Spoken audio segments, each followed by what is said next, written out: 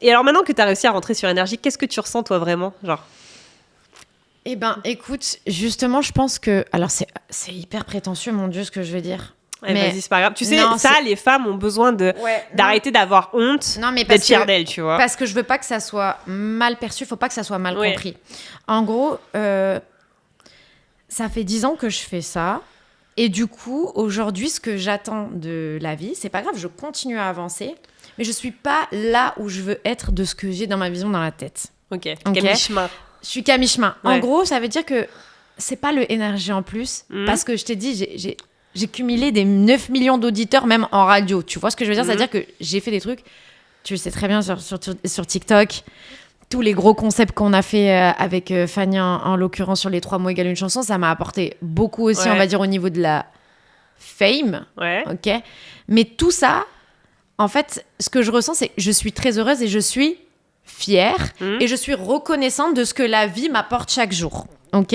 Mais je suis encore, je suis reconnaissante. Non, mais ça, c'est un thème très important, la gratitude, la reconnaissance. Mais je suis hyper reconnaissante. Donc je suis fière. Mais en gros, je suis pas encore là où je veux être. Donc en fait, c'est pas que ça ne me fait rien. Je suis fière, je reconnais.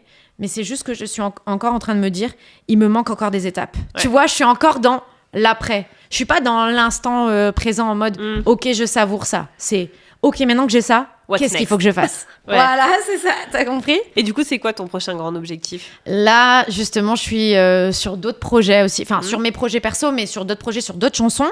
Et je suis en train de regarder justement au niveau de la stratégie ce que je veux faire et ce que je veux pas faire. Et comment je vais continuer à me développer sur les réseaux. Je vais reprendre aussi des concepts que je faisais, un peu comme 3 mots égale une chanson, mais en gardant ma direction artistique d'aujourd'hui, tu vois. Pas comme j'allais dans la rue en micro-trottoir parce que j'étais dans oui, mais j'étais dans mon era un peu plus urbaine. J'avais fait Booba Pleure, c'était beaucoup plus c'est sur une prod rap de base, enfin urbaine rap, ça n'a rien à voir avec ce que je fais aujourd'hui depuis Sorry, on va dire que là vraiment je suis passée vraiment à mon era pop. Et là, ça fait 2 ans que je suis dans mon era pop et je veux rester dans mon era pop, tu vois. Parce que je me sens bien dedans. Donc, pour l'instant, après demain, autant je vais vous dire, ouais, les gars, je vais me mettre au rap, je sais pas. Ça y est, c'est décidé. Yeah, I was gonna da. Non, pas du tout. Mais c'est... Du coup, garder ce pourquoi, justement, je me suis fait connaître avec ce concept-là. Enfin... Même si toi et moi, on a une histoire sur TikTok, mais parce que c'est vrai que elle date pas d'aujourd'hui. Après que je suis partie de TikTok, il y était pas. Voilà, oui. C'est pour ça que je te dis, c'est après, voilà. Et donc là, mes futurs projets, là... Non, c'est Stade de France, mais quand les gars, va vraiment falloir faire des clics, là. C'est une question de temps. Et tu sais, t'es là, accrochez-vous à moi. Ben non, en fait. C'est les gens qui vont me choisir, en fait, à un moment donné, tu vois. Quand les gens, ils me disent... c'est cool quand les gens ils viennent et ils te disent t'as fait du merchandising, t'as un truc, enfin est-ce que t'as des t-shirts à ton effigie, est-ce que t'as des trucs, donc c'est cool, c'est ça aussi qui te fait, c'est les gens en fait qui te font rester aussi quelque part, même si tu continues à croire en toi, en fait, en tout cas qui font que t'as envie d'aller encore plus loin. Sinon tu pourrais juste faire ta musique dans ta salle de bain tranquille et faire ta vie à côté, tu vois. C'est l'envie de te dépasser. Mais d'ailleurs, je pense que cette quête d'évolution et l'envie de se dépasser, c'est ce qui va faire la différence entre des personnes qui sont épanouies, qui avancent dans leur vie, même s'ils n'ont pas encore atteint leur truc. Voilà. Tu sais, ils ont une mission. Ouais, c'est ça. Et donc, ce qui fait que t'as une espèce d'énergie qui est différente que quand tu... j'ai pas de tu vois, t'as pas de projet, t'as pas de vraiment où t'oses pas, ou tu te dis non mais on verra un jour peut-être quand les planètes seront alignées. Et donc les gens, c'est ça qui fait, je pense, vraiment la différence entre des personnes qui s'épanouissent dans la vie ou des personnes qui deviennent plus aigris en fait. On connaît tous, hein. Ouais. On mais connaît les gens, tous. En fait, souvent, même les gens aigris, en fait, sont des gens souvent qui n'ont pas réussi. Mais ils n'ont pas réussi, ils rejettent la faute sur les gens. Essayé. Ouais, qui n'ont pas essayé ou qui n'ont pas réussi. Parce que, ou qui n'ont pas... Oui, c'est ça. Qui n'ont même pas essayé. Qui n'ont même pas essayé. Parce qu'en fait, eux, ils te font croire qu'ils ont essayé. Enfin, ils te font croire. Ils te disent, mais en fait, que si tu leur demandes vraiment concrètement ce qu'ils ont mis en place... Ils te disent non, mais à l'époque, j'avais pas pareil. Et puis, tu sais, t'as toujours les trucs. Et en fait, c'est pas que c'est des excuses, parce que je peux comprendre aussi quand tu vis dans un monde comme ça et que t'as pas foncièrement confiance en toi, justement, les autres te descendent facilement. Quand tu n'es pas centré sur toi, justement, et que que t'es centré sur les autres. Quand toi, t'es ouvert, en fait, il y a cette posture d'être ouvert à la critique. Oui, voilà. Donc, t'es perméable, en fait. C'est ça. Au jugement des autres. Ça prend du temps à développer ce truc. Oui, après, c'est pour ça que les gens, même, tu vois, quand on dit justement, notamment dans n'importe quel business, on te dit non, mais là, tu vois, t'as 40 ans, ça commence à être compliqué quand t'es une femme. Mais ça, c'est vraiment des stéréotypes de base à bannir. Horrible. Ouais. C'est n'importe quoi. En fait, c'est quoi ? C'est parce que tu te dis que t'as 40 ans et alors, tu sais, quel rapport ? Alors, moi, je regardais Scène de ménage et je regardais Raymond et Huguette et je me suis dit, de rire. Eux, ils sont devenus famous. Bah oui. À genre 60 piges, tu vois. Bah oui, mais c'est pour ça que je te dis. Mais en fait, tu connais l'histoire du mec de KFC quand même. Non. Bon. En gros, straight to the point, le mec de KFC vendait des poulets. Ça faisait des années qu'il faisait ça aussi, mais dans un petit comment on appelle ça, quoi. Ouais, voilà. En gros, un jour, un boui-boui. Et un jour, un mec est passé. En gros, il a goûté les trucs, il s'est fait racheter. Bref, c'est devenu KFC. Le mec est devenu milliardaire à 82 ans. Milliardaire. Ouais. Mais ses enfants, ils ont tout repris derrière et voilà, terminares. Et en gros, ça veut dire quoi ? En gros, là, je sais quoi ? C'est juste, en fait, de toute façon, même que t'as 20 ans, demain, tu peux te faire... Tu vois, c'est triste, mais tu peux traverser la route, tu te fais écraser.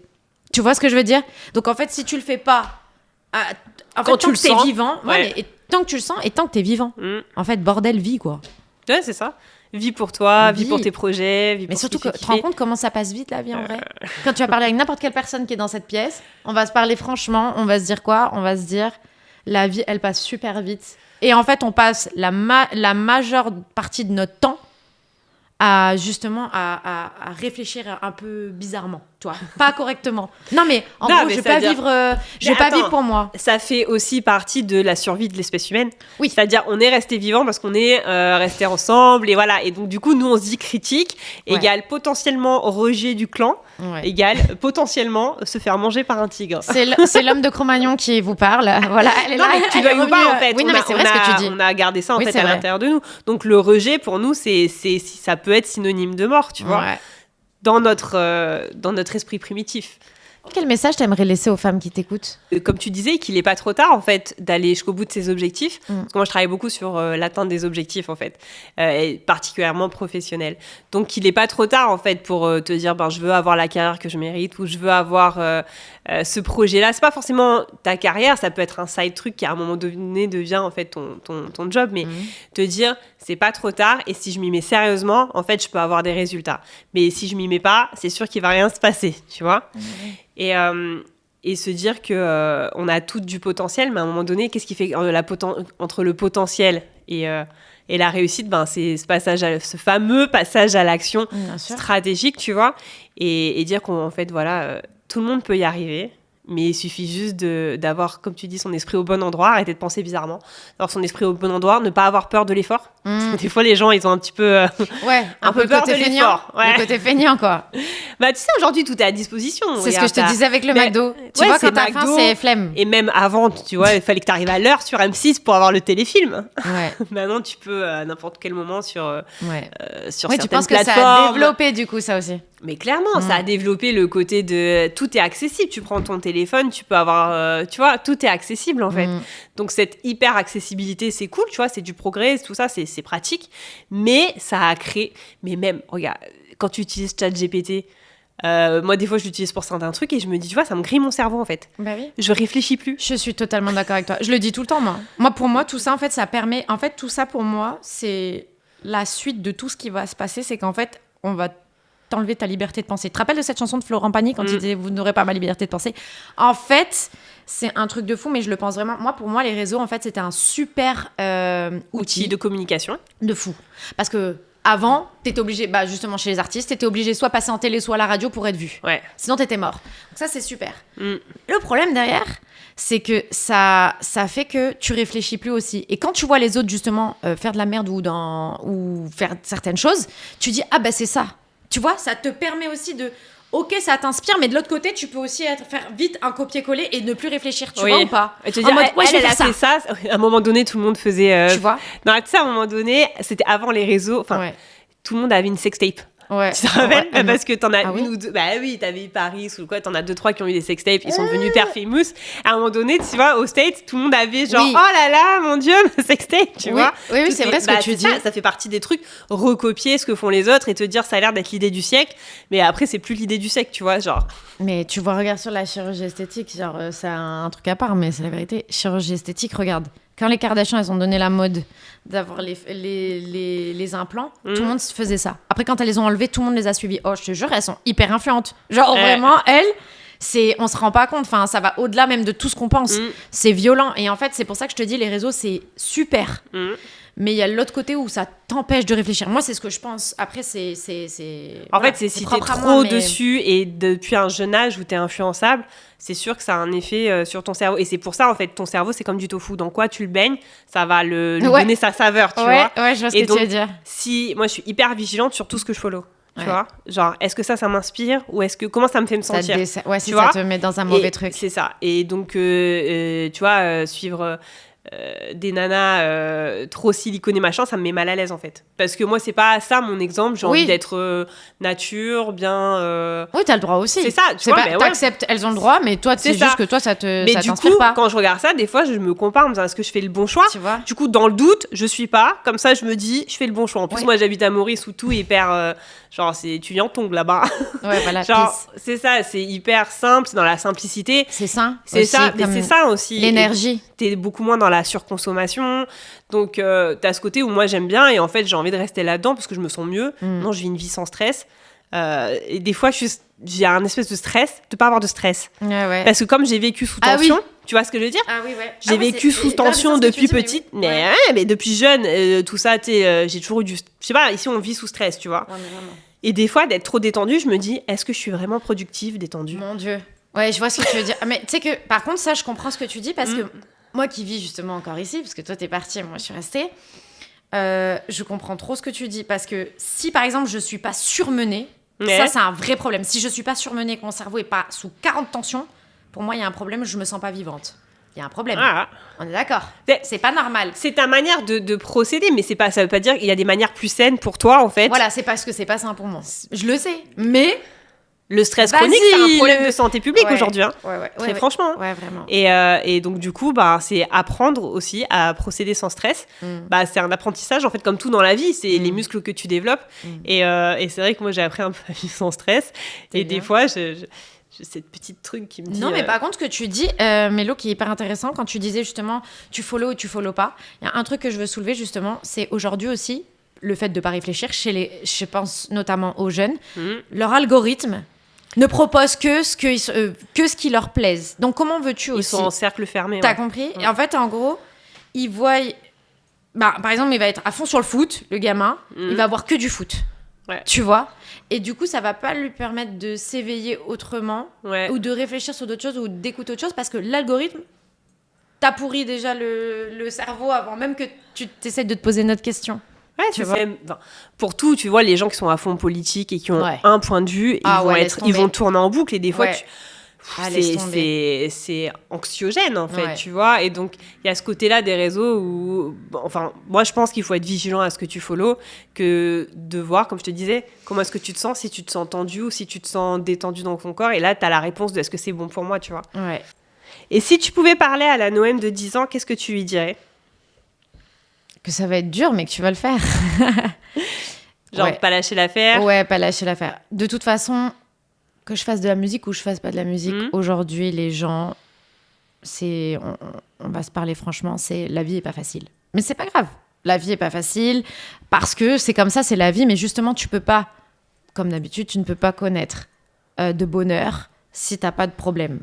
En gros. Si à un moment donné, tu ne peux pas reconnaître le bonheur si à un moment donné, t'as pas de problème. Été malheureuse. Voilà, t'es obligée. Donc, en fait, la seule chose que je lui dirais, c'est continue de t'accrocher parce que tout ce que t'as déjà mis en place, tu peux être fière parce qu'il y a beaucoup de gens qui l'ont pas fait. Donc, c'est pas grave. Enfin, voilà, tu vois, là, c'est la comparaison, ça, c'est embêtant. Voilà, tu vois, c'est encore la comparaison de... Je sais qu'il y a beaucoup de gens qui le font pas, donc... Mais être fière de son parcours. Exactement. En fait, être fière de son parcours. Et donc, du coup, c'est ça que t'aimerais laisser à la petite Noëm. Exactement. C'est dire, sois fière de toi. Et ça va le faire. Et ça va le faire. Parce qu'à un moment donné, les gens vont comprendre tes messages. Mais oui. Bon. Mais oui. Mais t'as déjà beaucoup de monde qui te follow. En fait, tu fais des concerts, il y a du monde. Non, mais ça, c'est l'éternel insatisfait, tu vois, pour rien, en fait. Toujours plus, tu vois. Je suis contente. Mais c'est ça qui est bien. Voilà. En fait, c'est que t'as un projet qui te fait avancer. Et qu'en fait, et c'est ça, en fait, le petit mot de la fin que je voudrais dire, c'est le bonheur, je pense pas que c'est l'ultime.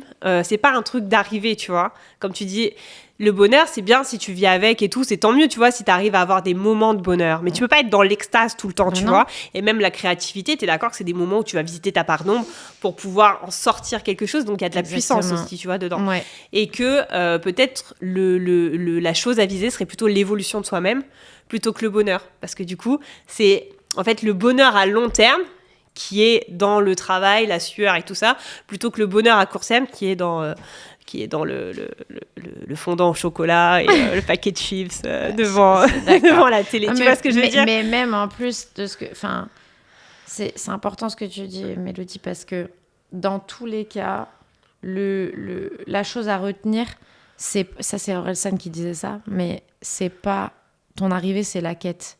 En fait, si à chaque fois tu rencontres des gens sur ton chemin et que, tu vois, juste tu vas rire, tu vois, c'est déjà... Genre, même ça fait partie du bonheur. Mais on s'en rend plus compte parce que on est omnibulé par tout ce qu'on voit aussi aujourd'hui, tu vois. Mais enlève tout ça et pour de vrai, quand, par exemple, tu vas partager un repas avec tes amis, c'est quelque chose qui va être... Ça va être du bonheur, tu vois ce que je veux dire ? Mais pour tout, pour des petites choses... un moment de bonheur agréable. Tu vas créer de la musique d'un coup, ok... tu la fais pas devant des millions de personnes et t'es pas dans un stade de France, mais à vous trois vous êtes déjà en train de faire un stade de France, tu vois ce que je veux dire, et c'est ça le plus important en fait. Tout à fait. En tout cas, merci beaucoup pour ce moment de partage. Merci à toi, Mélodie, c'était vraiment trop cool. Et à très bientôt. Et allez la follow, c'est une vraie coach. Merci.